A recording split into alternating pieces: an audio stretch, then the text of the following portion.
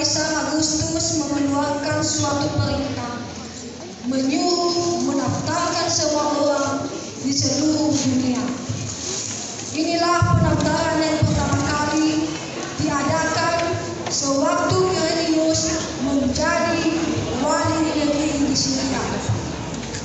Maka pergilah semua orang mendaftarkan diri masing-masing di kotanya sendiri.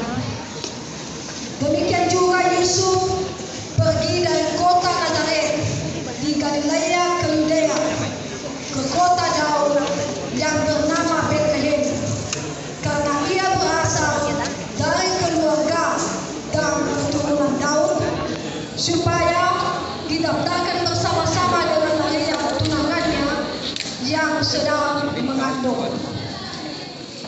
Ketika mereka di situ, tibalah waktunya bagi Maria untuk bersalin, dan ia melahirkan seorang anak laki-laki, anaknya yang sulung. Lalu dibungkusnya dengan lampin dan dibaringkannya di dalam palungan, karena tidak ada tempat bagi mereka di rumah penginapan. Ayat 18 sampai 14 beginilah bunyinya. Di daerah itu ada gembala-gembala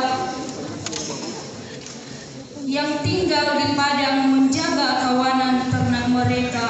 Pada waktu malam, tiba-tiba berdirilah seorang malaikat Tuhan di dekat mereka, dan kemuliaan Tuhan bersinar meliputi mereka, dan mereka sangat ketakutan.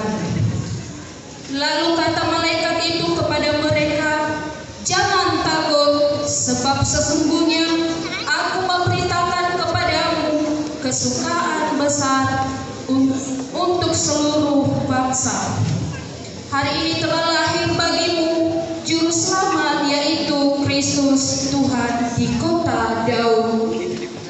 Dan inilah tandanya bagimu, kamu akan menjumpai seorang bayi dibungkus dengan lampin dan terbaring di dalam palungan."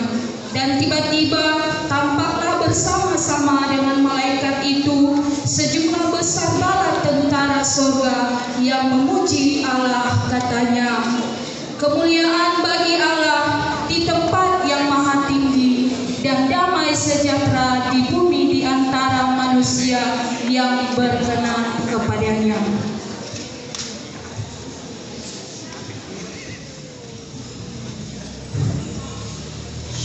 Lukas pasal 2 ayat 15 sampai dengan 20. Setelah malaikat-malaikat itu meninggalkan mereka dan kembali ke surga, gembala-gembala itu berkata seorang kepada yang lain, "Marilah kita pergi ke Bethlehem untuk melihat apa yang terjadi di sana, seperti yang diberitahukan Tuhan kepada kita."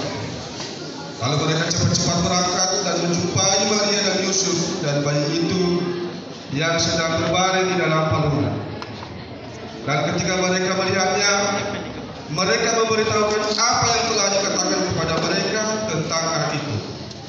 Dan semua orang yang mendengarnya heran tentang apa yang dikatakan gembala-gembala itu kepada mereka.